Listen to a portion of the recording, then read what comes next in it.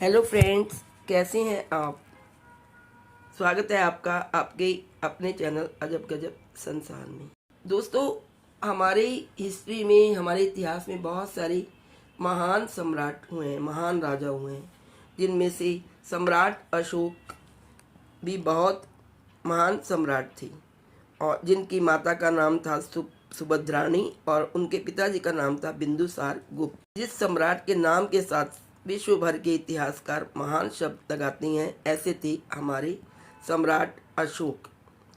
देखिए, सम्राट अशोक का राज चिन्ह अशोक चक्र भारतीय अपने ध्वज में लगाते हैं और सम्राट का राज्य चिन्ह 4 मुखी शेर को भारतीय राष्ट्रीय प्रतीक मानकर सरकार चलाई जाती है और सत्यमेव जयते को भी अपनाया गया है। अशोक के काल में ही सेना का सबसे बड़ा युद्ध सम्मान सम्राट अशोक के नाम पर अशोक चक्र दिया जाता है। और अशोक सम्राट से पहले या बाद में कोई ऐसा राजा या सम्राट नहीं हुआ जिसने अखंड भारत, यानी कि जिसमें नेपाल, बांग्लादेश, पूरा भारत, पाकिस्तान और अफगानिस्तान, ये जितने बड़े भूभाग पर एक छत्र राज्य किया हो। सम्राट अशोक के ही समय में बहुत सारे प्रसिद्ध विश्वविद्यालयों की स्थापना की गई, जिनकी संख्या 23 है और उन विद्यालयों में तक्षशिला, नालंदा, विक्रमशिला, कंधार आदि बहुत ही प्रसिद्ध और प्रमुख विश्वविद्यालय थे। इन्हीं विश्वविद्यालयों में विदेश से छात्र उच्च शिक्षा पाने के लिए भारत आया करते थे और सम्राट अशोक के शासनकाल को विश्व के बुद्धिजीवी और इतिहासकार भारतीय इतिहास का सबसे स्वर्णिम युग मानते हैं, यानी स्वर्णिम काल मानते हैं। सम्राट अशोक के शासनकाल में भारत विश्व गुरु था और सोने की चिड़िया कहलाता था। जनता बहुत खुशहाल थी और उनमें कोई भेदभाव नहीं था, कोई जाति पाति का भेदभाव नहीं था। इसी सम्राट के शासनकाल में सबसे प्रख्यात महामार्ग ग्रैंड ट्रंक रोड जैसे कई हाईवे बने।